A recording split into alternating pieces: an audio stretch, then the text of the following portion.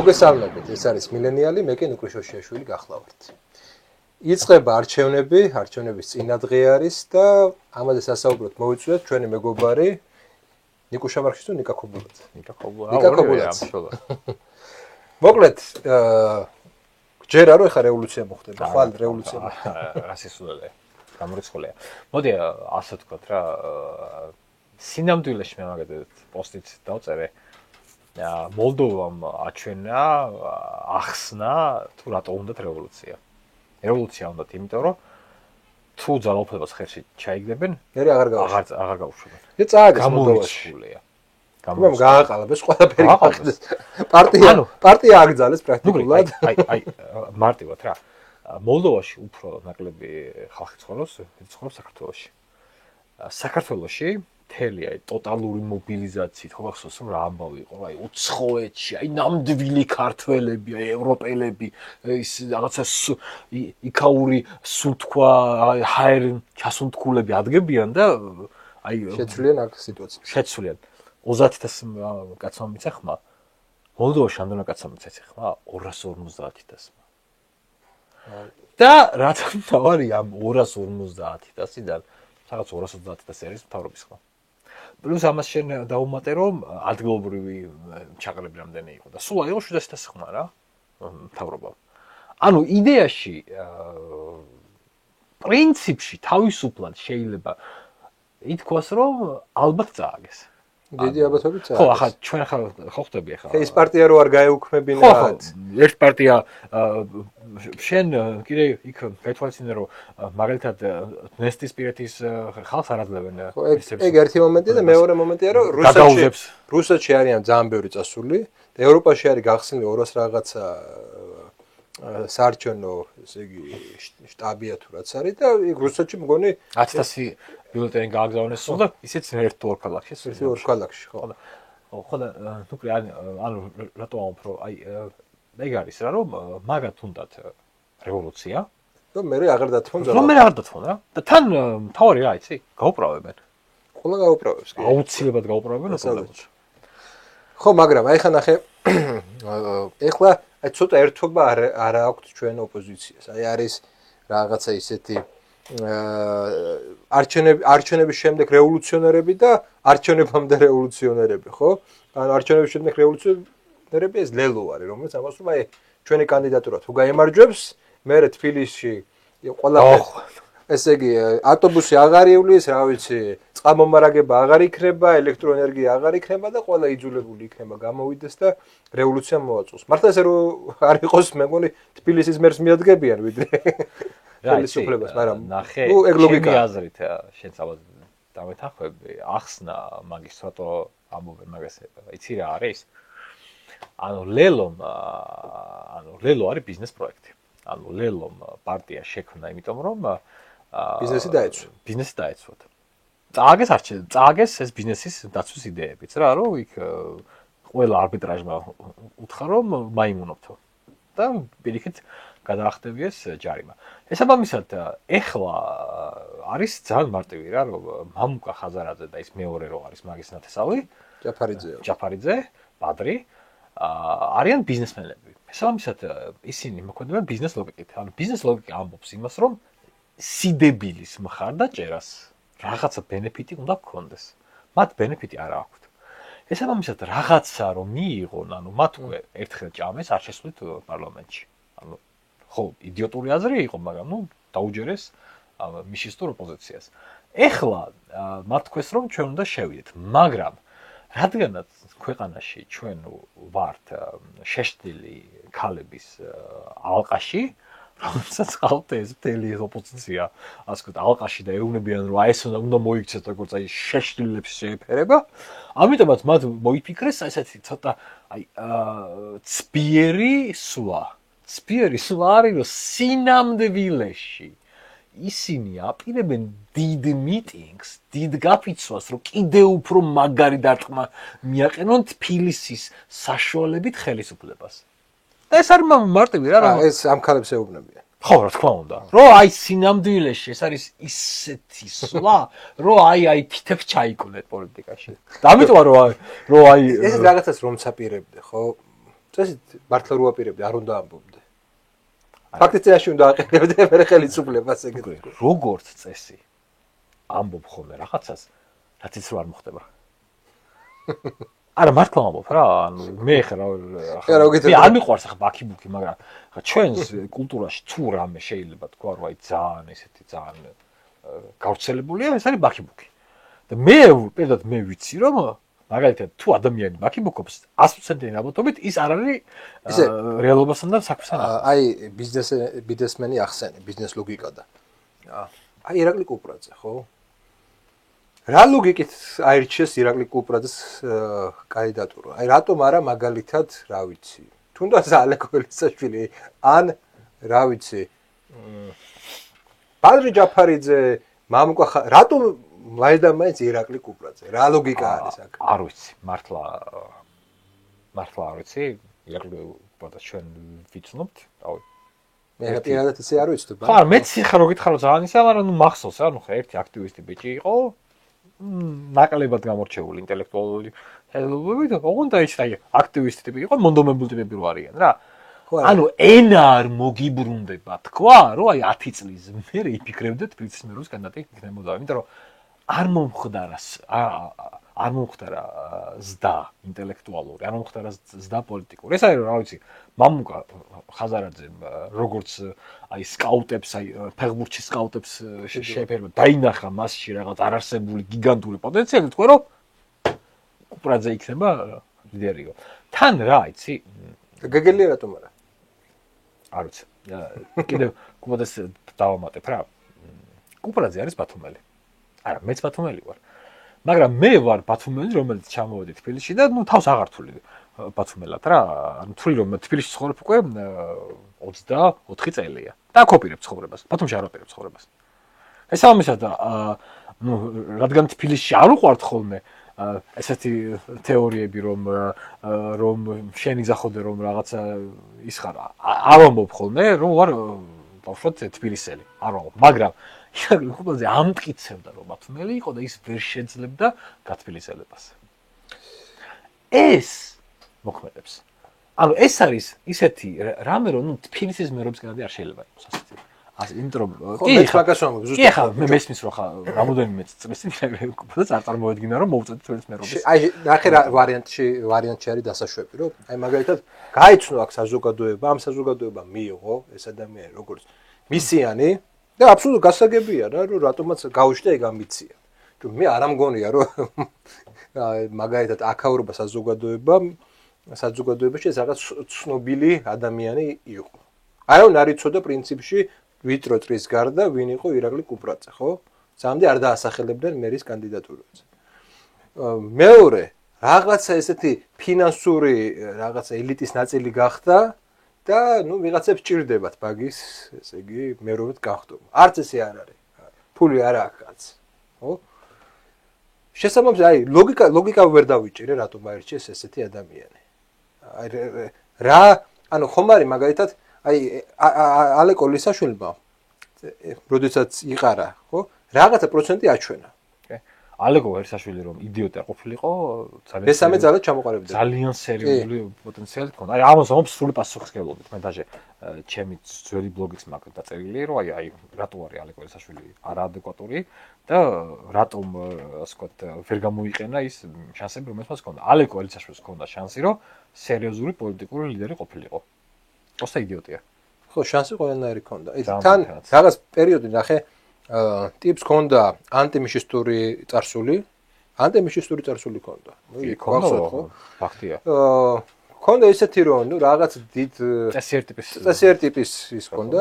რაღაცა ვითომ თბილისზე შეყვარებული ადამიანის რაღაცა იმიჯს იქნიდა და რაღაცა ხმებიც მიიღო და რაღაც ისეთი ნაწილი რაცაც აი რაღაცა ნეიტრალურებს თუ რაღაცებს ეძახდნენ, ხო? მესამე ძალის რაღაც ლოგიკას. ის იმ ხალხის რა ხმები მიიღო. აი გახარიას რაც უნდა ის მიიღო. მერე რა ხდება ამ არჩევნებში? ამ არჩევნების შემდეგ ტიპი კარგავს აბსოლუტურად საკუთარ პოლიტიკურ ჰაბიტუს. ჯერ ეჩხუბება მამუკა ხაზარაძეს. მერე მამუკა ხაზარაძესთან აღმოჩნდება. მერე იმ სამარცხვინო რაღაცა აქტს ჩაიჭრა უბრალოდ, ანუ დინარაძეს რო დაარტყა. არა, მე რასამბობ. და ხო იცი რატომ დაარტყა? არა. შანტაჟის ქვეშ იყო ვიღაცა ადამიანის მიმართ. არა, მოკლედ პლუს ამას რა იცი, ხა ჩვენ ხო გვაქვს ხა თბილისში, ხა საქართველოში ვარ და ყველაფერი ვიცით. ალეკო იმ ხალხთან ერთად დადიოდა, სულთად იყვნენ და მეგობრობდნენ რა. ანუ ის იყო იმიტომ ჩუმად მიეპარა და ადამიანს ხელი დაარტყა, რა ვიცი, აი ჩაიჭრა რა, რასაც ქვია, ანუ ურთიერთობებში ჩაიჭრა. რაც რავია, არ მოსულა ეგეთ რაღაცა. და საკუთარი და მე დაიწყო სააკაშვილის დაცვა ბიჭო და სააკაშვილის გახსოვს გაправება. გახსოვს ეგ? კი. ანუ საკუთარი ის ბიოგრაფიას, პოზიტიური ბიოგრაფიას გადაუარა თვითონვე. ერთადერთი რაც ძველი არა, ორი რამე დარჩა ძველი ალეკო ესაშვილისგან. ბაქიბუქი, ანუ ეს არაადეკვატური ბაქიბუქი და მეორე სტაბილურად უტვინოა. სტაბილურად უტვინო. ანუ რა იცი რომ ანუ აქ არის ერთი მომენტი, რომ ჩვენს კულტურაში ძალიან ხშირად უტვინობა ჩვენ ვეძახით ალალობას. რო აი იცი რომ რაღაცა დებილი, აი რომ აი ალალი ბიჭია რა, რომ აი პროსტა ისეთია რა, რომ აი ესეთი ხალხიდან წამოსული ტიპია, რომ კი აი შეიძლება უტვინოა, ოღონდ გულიდან ამბობს რა. ოღონდ აქ არის ძალიან წვრილი ზღვარი უტვინობასა და ალალობას შორის. ალეკო უტვინოა. არა ალალი. არა. კაი, კიდე ერთი კანდიდატურა. ეს არის გახარია? არა, გახარია და ისინი ერთად არიან. ხო. ხომ არა ესეც. კიდე ერთი კანდიდატურა. ეს არის იაგოს გირჩი. იაგო არის თვითონ, ხუჩი. ნუ აბა თვითონაც ესმის რომ რაღაც დიდი შანსები არ აქვს, მაგრამ აი როგორ გონია რა უნდა მე გეტყვეს რამეს. მე პირადად იაგოს ტიპატის ვცევ. მიხოთ იმისა რომ თორჯერ როცა მეგობრები ვიყავით Facebook-ზე ვიჩხუბეთ და მე მეწავშალე რაღაც სისულელეც გამო, მაგრამ დღემდე თვილო. იაგო საინტერესო ტიპია, იმიტომ რომ ერთადერთია მაგ წრეში ამ რომელსაც ანუ ანტინაცური განწყობა ბუნებრივად აქვს. რაც მაგას ვერ დააბრალებ, რომ ნაცური სენტიმენტები არ აქვს. თუ მაგალითად ზურაბ მახარაძეს ოცნება იყო, რომ ნაცი ყოფილიყო და ნაცებს არ უნდა ზურაბ მახარაძე მის რიგებში. ესე არ იყო. იაგომ და მისმა პარტიამ ძალიან მაგარი მეთოდი დაამოყამეს, რომელსაც სხვა შორის კონსერვატორებიც იყენებენ. ეს მეთოდი არის იდეაში სიმართლის თქმა. ანუ რას გულისხმობ, იცი რომ აი ქართულ პოლიტიკაში ხო როგორ არის, რომ შენ ამბობ იმას, რაც შენი აზრით შენგან ელოდებიან და თქვა. არა ის, რასაც შენ ხედავ, რა ხედავ. არა, რასაც შენი აზრით ვიღაცა შენი მომხრების რადიკალური ფთა შენგან ელოდება. რომ ეს თქვა. ეს ამისად იაგოს გირჩს აქვს ასეთი პოზიცია, რის ძალიან ხშირად ამბობენ რაღაც მარტივ სიმართლეებს რა. რაც ქართულ პოლიტიკაში ხდება, რომ ეხლა მაგალითად ოპოზიციის სიდებილეს როცა ხედავენ, ის ამბობენ, რომ ეს ოპოზიციის სიდებილე. რაც იდეაში მოქმედებს აუმჩევლად და მე სიმართლე გითხრათ, მიუხედავად იმისა, რომ ჩემთვის ლიბერტარიანიზმის აბსოლუტურად მიუღებელი რამეა. როგორ თქვა ასეთ რამე, მაგრამ კარგი იქნება თუ იაგოს გირჩი რაღაც შედეგს ატებს. რომ ამ ოპოზიციის ფონზე თუნდაც მსგავს პარტიას რაღაც შედეგი მქონდეს არ იქნება ცუდი. ხო, არა, მოდი ესე ვთქვათ, რაღაცა იდეოლოგიური შანსი გაჩნდება ისეთ ადამიანებისთვის, რომლებიც იდეოლოგიური რაღაცა შინაარსი აქვთ, ხო?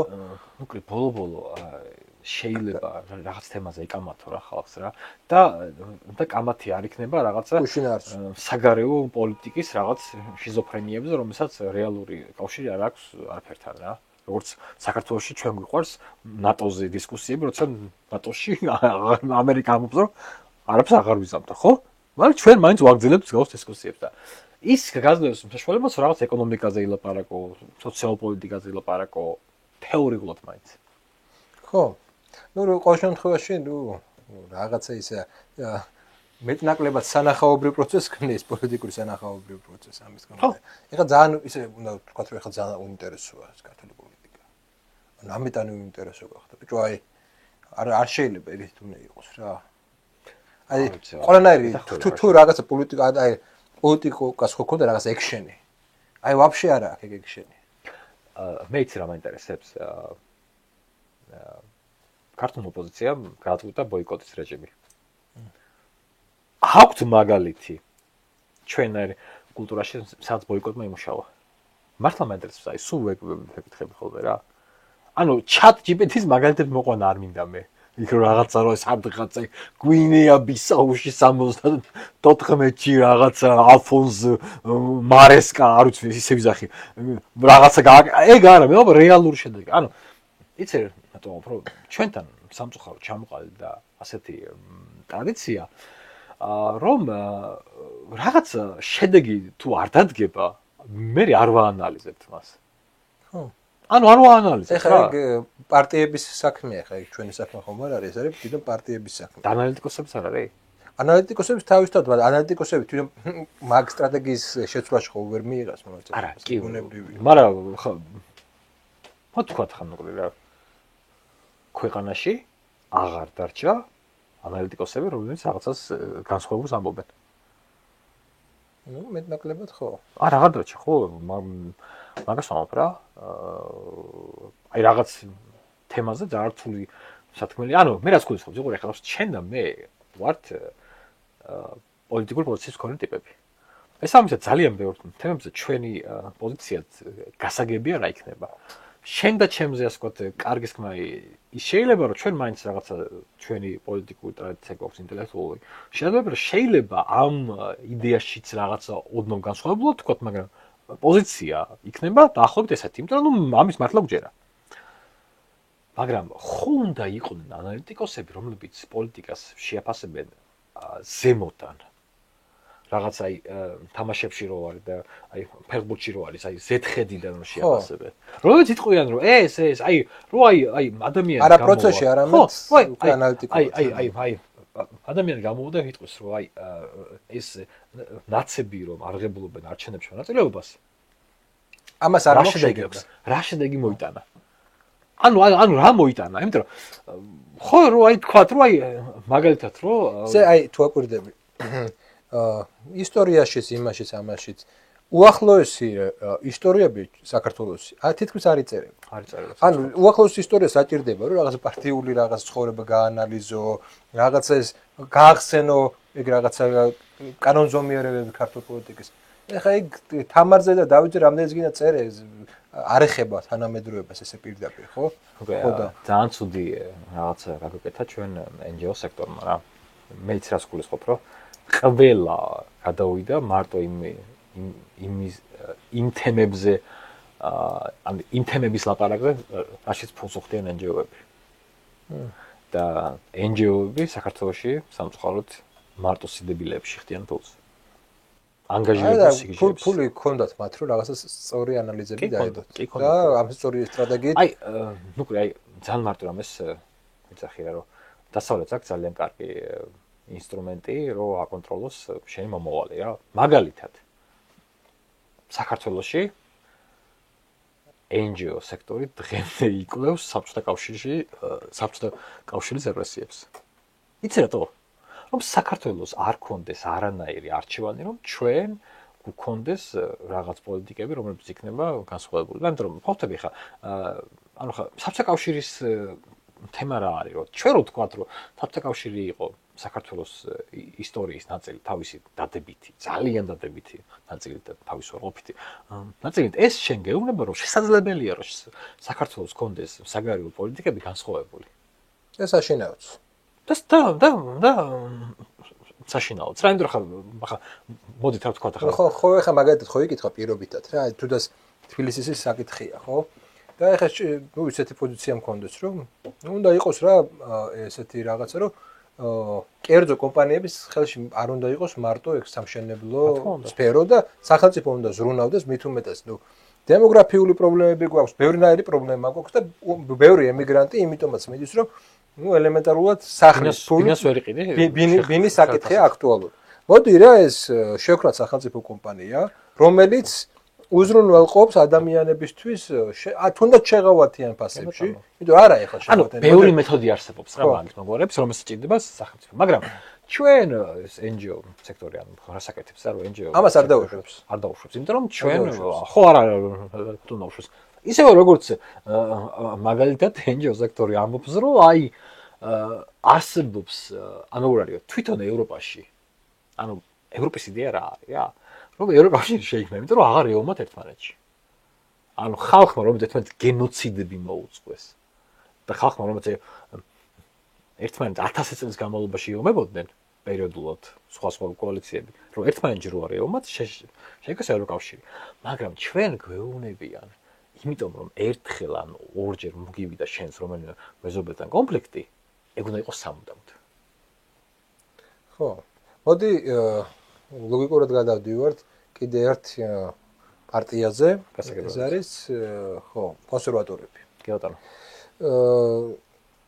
ხო, ეს უკვე მეორე მხარე არის რა. ამ ბოლო პერიოდში ძირითადად აი ჩემ იმას დავდებ რა, ანალიზს. პირველი, თავდაპირველად ანტიფოდ რო შეიქმნა, ძირითადი საკითხი იყო ეს 17 მაისი, თუ შემდეგ უკვე როგორი სხვა დღე იყო 17 მაისის მაგივრად.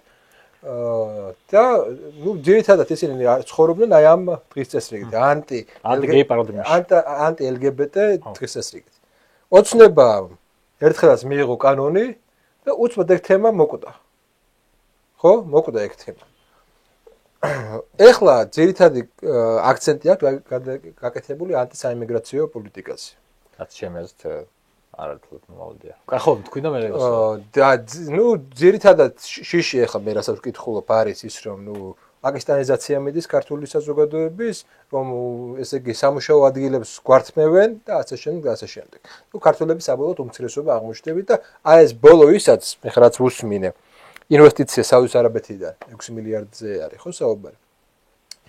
საუდის არაბეთიდან. იყო ესე ინტერპრეტირებული რომ აქ ქართველი გახდება მოსამსახურე და ბატონი იქნება ეს არაბი. ხო ხდება ეგრე რა ლოგიკური ის არის რომ ნუ ჩვეულებრივ ანტისაიმიგრაციო პლუს გარკვეულწილად ქსენოფობიურ რაღაც ელემენტებით ნუ ხმების მოზიდვა. პოპულისტურია შეიძლება ბევრ რაღაცაში ამართლებს კიდევაც თუმცა მოდი ახსნათ ხოლმე. ხო, წინასაარჩევნო ლოგიკით, მაგრამ მოდი ჯერ ესე იგი საიმიგრაციო რაღაც საკითხებს შევეხოთ. მახსოვს 2 წლის წინ ჩვენს ვლაპარაკობდით და ერთ გადაცემაში ვთქვი, რომ ნუ ევროკავშირში ესეთ ინტეგრაცია ბუნებრივად გამოიწვევს, რომ ქართველები დიდი ნაწილი წავა და უფრო ღარიბი ქვეყნებიდან ჩამოვლენ. კი, ბუნებრივია, აბსოლუტურად.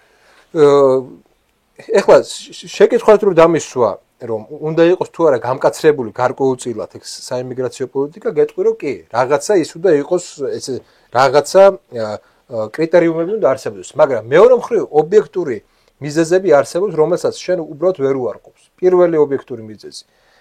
ჩვენ დემოგრაფიულ იმაზე, სურათზე ყველაზე თვალში საცემი არის ის, რომ 90-იან წლების თაობა, დაბადებული თაობა არის ძალიან შემცირებული. და ვინც აკვირდებით, რომ აი მაგალითად მაღაზიებში, მომსახურების სფეროში ხდება უკვე 60 წლის ქალები, ის ძირითადად ქალები, ესეთი ადამიანები რატომ ხდება? იქ უნდა მუშაობდეს სწორედ ესეთი ახალგაზრდა ტიპები. იმიტომ რომ რაოდენობრივად ცოტანი არიან. ეს ერთი და მეორე ამ სიცოტავემ განსაზღვრა ის რომ ისინი მოითხოვენ უფრო მეც ვიდრე უნდა მოითხოვდნენ ამ სფეროში მაგის თქმა მინდა. ლოგიკურად ესეთი ადამიანების კიდე რაღაც ნაწილი რატომ უნდა დარჩეს, როდესაც საქართველოში როდესაც აქვს იგივე მოსამსახურების სფეროში შეუძლია გერმანიაში უფრო მეტი იშოვოს, ლოგიკურად მიგრაციაში წავა და რჩება შენ განვითარებული აღმავალი სერვისების ეკონომიკა, რომელსაც აკლია მუშახელი. ეს არის ობიექტური მოცემულობა. ამ ობიექტურ მოცემულობას შენ როგორ მიუდგები, უკვე ცალკე საკითხია. ხლა არის მეორე საკითხი. რუსები რო ჩამოვიდნენ, მას შექმნეს საკუთარი მინი ეკონომიკები აქ. და იმ რუსებმა არ შეავსეს ეს ჩვენი სფერო, სერვისების სფერო. არ შეავსეს. ალტერნატიული რაღაცები შექმნეს თვითონ. შეიძლება ბათუმში ყველაზე ნათელია რომ პრინციპში რუსული კაფეები და ისინი თავისთვის საკუთარი თემისთვის ესე ვთქვათ, თვითონვე შექმნეს. და შესაბამისად კულტურულად ახლოს ყოფი რუსი არ ჩაერთო იმ საკითხში, რა საკითხშიც სერვისის ეკონომიკა სჭირდება. სამაგერად ვინ ჩაერთვნენ უფრო ღარიბი ქვეყნებიდან, უფრო ძიმე სოციალურ მდგომარეობაში მყოფი ქვეყნებიდან, პაკისტანი იქნება თუ კიდე სხვა, ჩამოსული ადამიანები. ეხლა ამას როგორ აგვარებ, ამის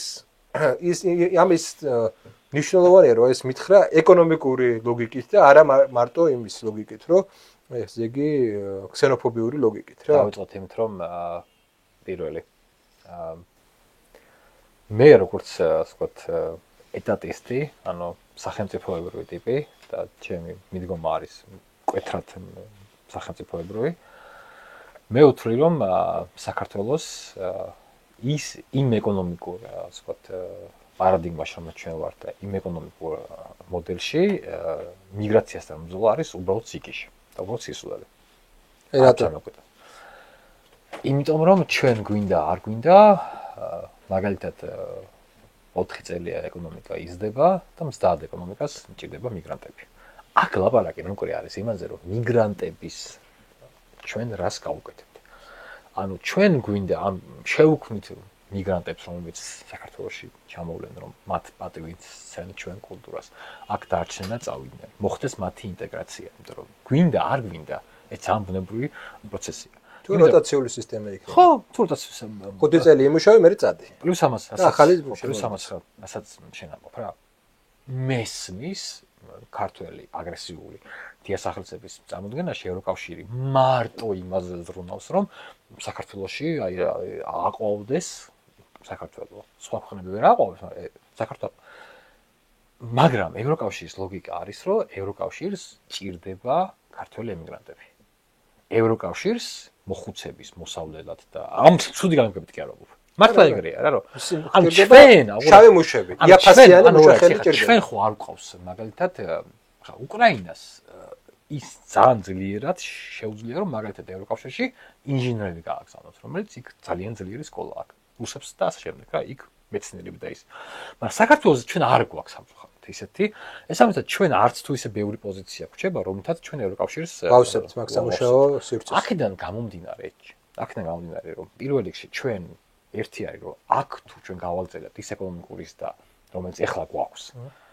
და დიდი იმედი მაქვს რომ ევროკავშირში არ შევალთ რომ ეს ეკონომიკურის და გავალწელოთ და ეს მოგცემთ ჩვენ საშუალებად რომ ემიგრაციის ტემპები შემცირდეს საქართველოსთან, ანუ გასვლის ტემპები. იმიგრაციის უბრალოდ ტემპები შემცირდეს. მაგრამ გვინდა არ გვინდა ჩვენ საქართველოში ჩამოვლენ ემიგრანტები. აქ პრობლემა რა იცი, რომ ჩემი აზრით გეუბნები რომ ჯერჯერობით არ დგას ეს პრობლემა ისე აქტუალურად. როგორც მაგალითად კონსულტანტები ამას წარმოაჩენენ. არ დგას.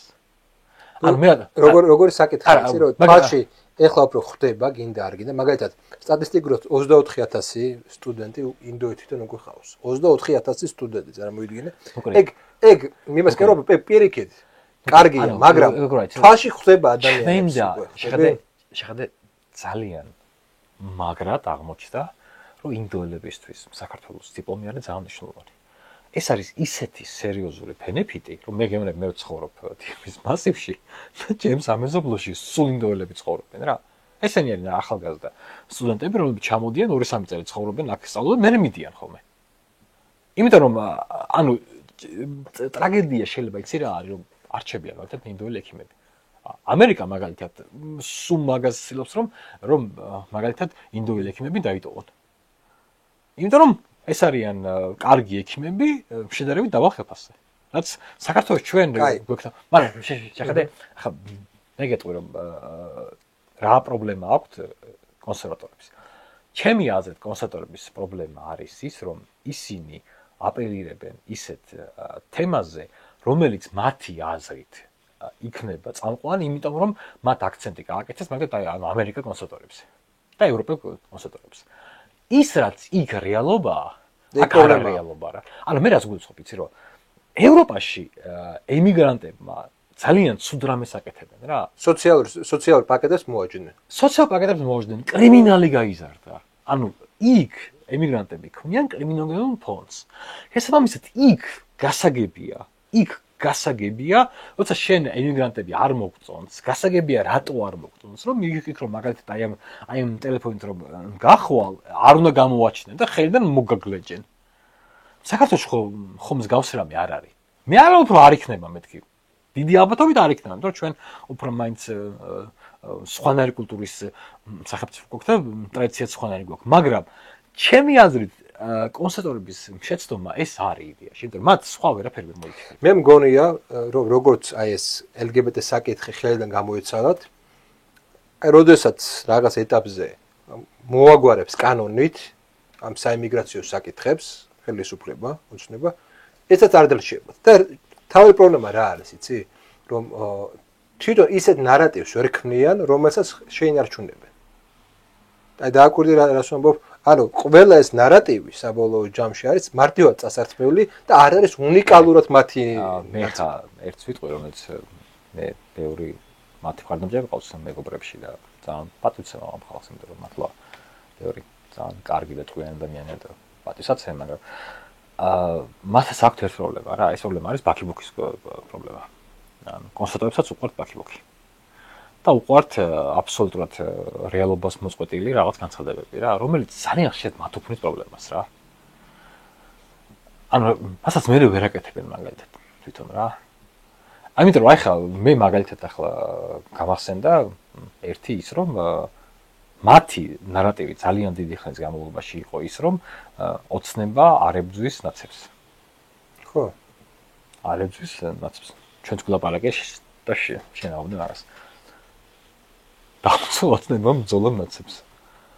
და დაიცვეს. მაშინ ხო, მაშინ მოხდა ის რომ პირიქით ესე იგი. ანუ არ მოიწონათ.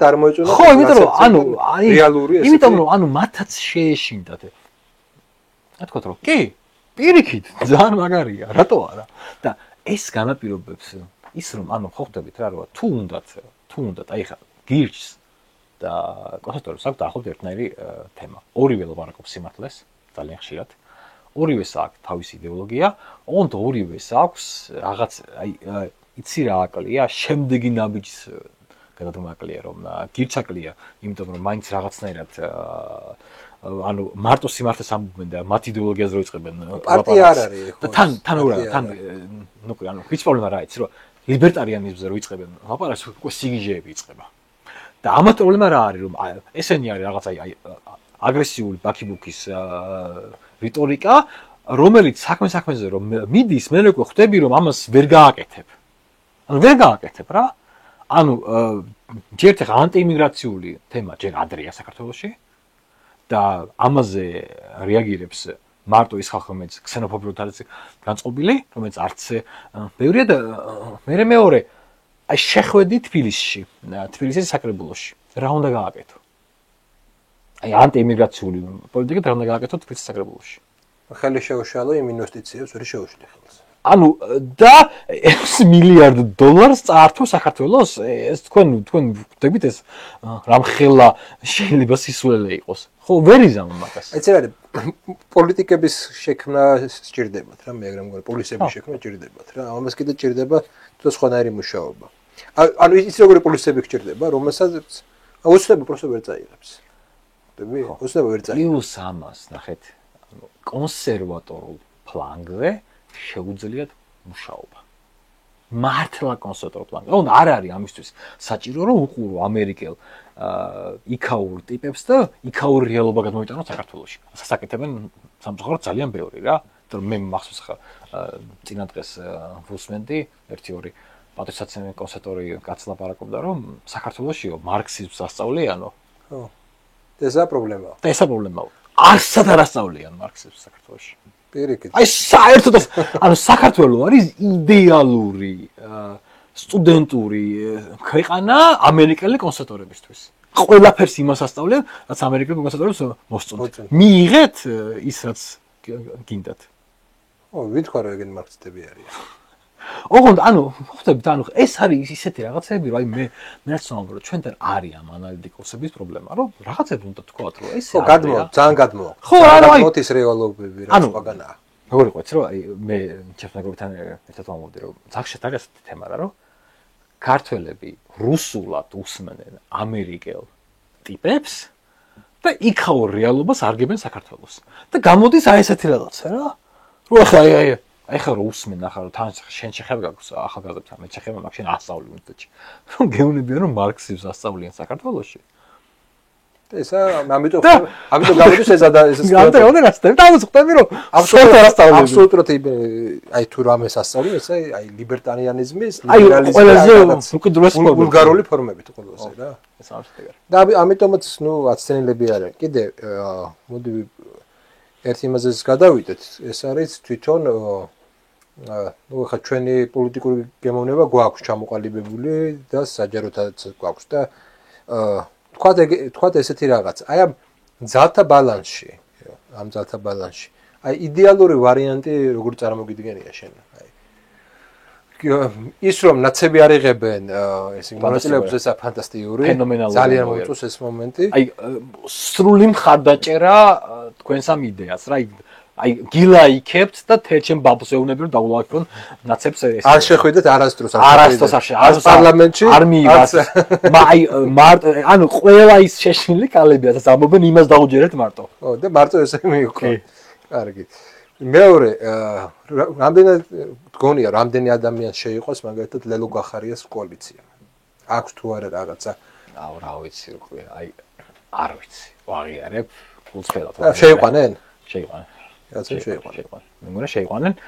მე სიმართლე გითხრა რომ ჩემი აზრით კარგი იქნება თუ კონსერვატორებიც და გირჩიც რაღაც პრედიქს დადებს. არ იქნება ცუდი ეს ქართულ პოლიტიკისთვის. კი, მეც ამ იდეას ვხვდები რომ რაღაცნაირად ეს პოზიციები უნდა დაფიქსირდეს და კარგი იქნება რომ ანუ მივხვდი იმისა რომ რაღაც ხმებს აიღებენ. ჩემთვის გახარი არის ყველაზე მიუღებელი პიროვნულად ადამიანი და ანუ მათ ამოდებასაც კი მივიღე. მესამედი. ცირეს თქო უნდა. ისე რომ აი თავში რა უვარდეთ რა. ესე იგი, ამის შემდეგ შენი აზრით ისინი შეცვლიან რიტორიკას თუ ისევ საკრებულოდან დაიწყება რუსეთთან ბრძოლას? აუცილებლად. აუცილებლად. მე თუ ოდესმე ვაღირსებ ჩემი ბლოგის გაკეთებას, მინდა ასეთი რაღაცა გავაკეთო, რომ მე ვარ იმ ცირე ადამიანებში, რომელს ლელოს წინა საარჩევნო პროგრამა წავიკითხე. და რა წერია? საარჩევნო პროგრამას რო კითხულობდი, გამახსენდა ნიურნბერგის კანონები, რომელთაც უზრუნავდნენ ებრაელებს რაღაცებს. ლელოს საარჩევნო კანონი იყო ანტირუსული კანონები, რომელიც ანუ ვერ მიხვდრა შოში. ანუ ლელოს მაგალითად საარჩევნო პროგრამა იყო, რომ რუსებს აუგზავნოთ ბიზნესს, რუსებს გამოუცხადებთ ბლოკადას და გავუძეთ პენსიებს. ანუ გეგმნებოდა რომ ეს ორი ერთმანეთთან იყო კავშირში. აი, სხვადასხვაეს, აი ნახე. მე ხვდები რა. ანუ მე მგონია რომ ელისაშვილს მე რას ვეთანხმები და მეც რა ვცერთ უკითხია. საბოლოოდ რას ვეთანხმები? აი რა იდეას ვეთანხმები? გარკვეულწილად არის პრობლემა ის, რომ უძრავი ქონების პრობლემა გაჩნდა საქართველოში, ფინანსიალიზაცია დაიწყო. ეს ფინანსიალიზაცია რეალური პრობლემად იქცა, ნუ პრინციპში არავინ არ ლაპარაკობს ამას. მაგრამ ეს პრობლემა რატომ არის, რომ რაც პრინციპში ნიუ-იორკს მოუვიდა და ბევრ ესეთ ქალაქს მოსთვის, სადაც ბინების ფინანსიალიზაცია იწყება. არის თუ არა ესეთი მომენტი, რომ კი გვინდა არ გვინდა თბილისის მოსახლეობა გაიზრდება. ეს გაიზრდება მიგრანტების ხარჯზე, ადგილობრივების ხარჯზე და ასე შემდეგ. ვისი უნდა იყოს უძრავი ქონება? და აქ უნდა შემოვიდეს თუ არა ზედმეტი გადასახადი არა მოქალაქეებისთვის. მოკლედ ნახე რა არის შეხედე. ანუ ესეთი საკითხები ჩვენთვის უფრო მნიშვნელოვანია. მაგაშია საქმე. მაგაშია საქმე, რომ ქართული NGO, ანუ არასამთავრობო სექტორი, ყველა ადამიანი, რომელიც მთავრობაში არ არის, მაგით უნდა იყოს დაკავებული, რომ ჩვენ უნდა ვახდენდეთ მთავრობაზე ზეგავლენას, რომ ვართ ჩვენ და მე რო ვართ მთავრობის მომხრეები და გვაქვს ოღონდ ჩვენი განსხვავებული ხედი მთავრობის რაღაც ეკონომიკურ პოლიტიკებზე, ჩვენც უნდა ვახდენდეთ ზეგავლენას, რომ ამაზე უნდა ვლაპარაკობდეთ, რომ მე და ლობირებდეთ ამ იდეას, რომ მე რომ მაგალითად ბინა შევიძინე და 10 წელი ვიხდი იპოთეკას რომ რაღაცნაირად მქონდეს შეღავათი ხო ხვდები და ჩემნაირი არის უამრავი ხო რომ ამაზე იყოს და არა იმაზე ლაპარაკი რომ რაღაცა იქ ევროკავშირში რომელსაც არ გვღებულობს არა მაინც მათ ვინაკითხებათ მაინც უნდა მივაღებიოთ თავი და ეს უნდა იყოს ლობირებით რა ანუ ეს უნდა იყოს შენი ჩემი იქ გირჩნა უნდასო პირიქით რა იმ მარტო არაბებმა უნდა იყიდონ ბინები იქ კონსერვატორებმა უნდა რომ თქვენ ხო არ გაგიჟდეთ ანუ ამაზე უნდა იყოს დისკუსია ხო ამ თემებზე უნდა იყოს დისკუსია და ამის მაგივრად რუსეთს საკრებულოში რუსეთს რო ებრძვიან ეს არის ამის მაგივრად არის და პლუს ამას ნუ არის ხო თქვათ ახლა რა არა და ერთ საათს ვიტყვი რა რომ სამწუხაროდ შეიძლება ქართულ ბიზნესის ბევრი წარმომადგენელი არ გვიყურებდეს მაგრამ ბიზნესაც მოუწევს რაღაც NGO სექტორის დაფინანსება, რომ მათ ინტერესების გატარებაც მოხდეს. თორედ თუ ჩვენ რომ ამას ვანდობთ, ევროპელებს ვღებულობთ კი ხედავთ აი ხა ეს ნორმალური ხომ არ არის ხა ვაღიაროთ პარლამენტში რაღაცა ბიზნეს წარმომადგენლები არის ამის დაცვლად როგორც ყველა განვითარებულ ქვეყანაშია რომ ბიზნესი აფინანსებს საკუთარ რაღაცა ძალებს რომლებიც ლობირებას ახდენენ გარკვეულ ესე არის ამერიკაში ესე არის ევროპაში ეს არის დემოკრატიული ქვეყნების მახასიათებელი ძალიან მარტივ რამეს ვამბობ რა რომ შეხედერა რომ რატომ უნდა დააფინანსო აი მარტო რამს აი რატომ უნდა დააფინანსო მაგალითად NGO სექტორი რა მე არ გულისხმობ რომ ბაე-პატარა დააფინანსო რა სხვა იმისთვის რომ შე რო ხარ ღვინის მწარმოებელი და რომ მიუხედავად იმისა რომ ზღაპრებს გიყვებიან რომ ევროპაში და ამერიკაში ყიდი მილიარდობით ტონას და ამ დროს იცი რომ ორ-სამ ქვეყანაში ყიდი მარტო ხო ვაღიაროთ ეს რეალობას ძირითადად ეხლა ჩინეთშიც გაიზარდა ხო მაგას ვამბობ რა და როცა გეუბნებიან რომ არა ჩვენ ბლოკადა უნდა გამოუცხადოთ იმიტომ რომ აი ვიღაც შეშლილ ქალს ასე უნდა იმიტომ რომ ფულს უხდიან მაგაში ევროპელები ხო შენ NGO სექტორმა რო იცი რომ ღვინის წარმოებები ფულს აღარ მოგცემენ არ იტყვი ამას არ იტყვი მაგას ხო მოკლედ მე მგონია რომ საბოლოო ჯამში გამოსავალი არის იმაში რომ კი განსხვავებული აზრების მქონე ადამიანები მაგრამ აი რაღაცნაირად თემატიზება ადეკვატური რო იყოს რა პოლიტიკური თემატიზება ადეკვატური რო იყოს აი ესეთი პოლიტიკური პარტიების ის მოძლიერებაა საჭირო ოპოზიციაშიც და ზოგადად ხელისუფლების თან რაღაცა დაპირისპირების დროსაც იქნება სამოქალაქო საზოგადოება თუ ასე შემდეგ ახლა რადგან ბოლოსკენ მივდივართ აი ეს მოდი ესე გავაკეთოთ ელოდები თუ არა აი მაგ ხვალე დიდ გამოსვლებს და რაღაც გამოსვლა იქნება თქმა უნდა რამდენიმე დღიანი გამოსვლა იქნება რაღაც იგი შეიძლება რაღაცა პროვოკაციაც მოვაწყონა ანუ ხო მაგას ვერ დაუშვი რაღაცა იქ და იქ ვიღაცები იძახიან რომ სექსი არ გქონდეს მანამდე და ასე რომ რავი სექსი არ გქონდა მეცდა ენერგია შევინახოთ რევოლუციისთვის იქ გამოსვლების მიხედვით მაგას ის დაწასრულებენ დიდი ხანია ეგრე არიან მაგრამ ასე რომ არა ნუ მოდი ასე ვქნათ რა მე ქართულ პოლიტიკას ვუყურებ იმით ან რა გააკეთეს ადრე ყველა არჩევნების მერე რაღაც გამოსვლები იყო ყველა არჩევნების მერე ანუ გამორიცხულია ეხა რამე განსხვავებული მოიფიქროთ ციკლი დამთავრდება თუ არა აი ეს ციკლი რაც რა ვიცი გავრილოვის დღიდან დაიწყო არის თუ არა ეს დასასრული არა სამწუხაროდ არა ორი წლის შემდეგ არის მე გამოვისა არჩევნები სამი წელი ხო ეს წელიც რო აღარ ჩავთვალე სამწუხაროდ საქართველოში ოპოზიციური სიდებილე ერთ-ერთი ყველაზე სტაბილური ელემენტია ბიჭო აი რა ვიცი ხო ნახავენ ახლა რომ თამაშგარე დარჩნენ ყველანაირ რაგებით დაცებს გულის ხო სტანისლავ ეჟილეს აქვს ძალიან კარგი გამონათქვამი ხო ოდესაც ჩვენ დავეშვით ფსკერზე ქვემოდან დაგაკუნეს მეც სულ მეგონა რომ ამაზე ხო ყოფილი ხა ჩვენ ვართ პოსტივში გვინდა არ გვინდა გვიწევს ქართული პოლიტიკის სტაბილური შეფასება 2018-19 წლიდან მაყოლებული ჩვენ პერიოდულად გვაქვს ასე რამე რომ ამაზე სისულელე რა შეიძლება მოხდეს და ხო ხდება ხო ხდება ანუ არ ყოფილა შეხმა რომ აი მივედით აი იმ წერტილზე რომ ამაზე სიდებილე რა არ ასხამო მე წერტილს ველოდები რა მე ახლა ველოდები ანუ არ არსებობს ანუ მე მივხვდი რომ ანუ ხო ხდები რომ ძალიან ვწდები გონი რომ ფსკერი არსებობს აი რაღაცნაირად მოდი ერთი წლის შემდეგაც ჩავწეროთ ეს და ეხლა ჩემი ვარაუდი არის რომ რაღაცნაირად დასასრულისკენ მიდის რა ეგ პროცესი შენ ამბობ რომ ექსიგიჟები კიდე გაგრძელდება მე დარწმუნებული ვარ ამაში ხო აი ნახოთ ბაიც ახლა მე პოზიტიურად უყურებ ოპოზიციას ვიდრე შენ მაგრამ მოდი ნახოთ ერთი წლის შემდეგ ყველას გირჩევთ რომ მიხვიდეთ არჩევნებზე გააკეთოთ თქვენი არჩევანი გააზრებული რა თქმა უნდა ყველა სხვა პოზიცია აქვს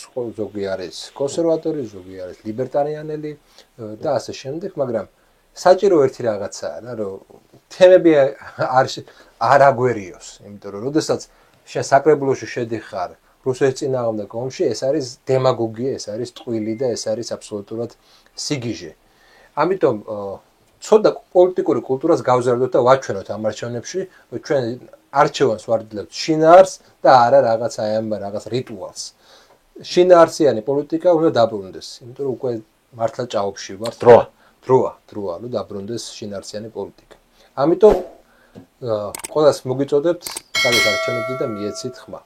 მადლობა ყურადღებისთვის. მოვალ შეხვედრამდე.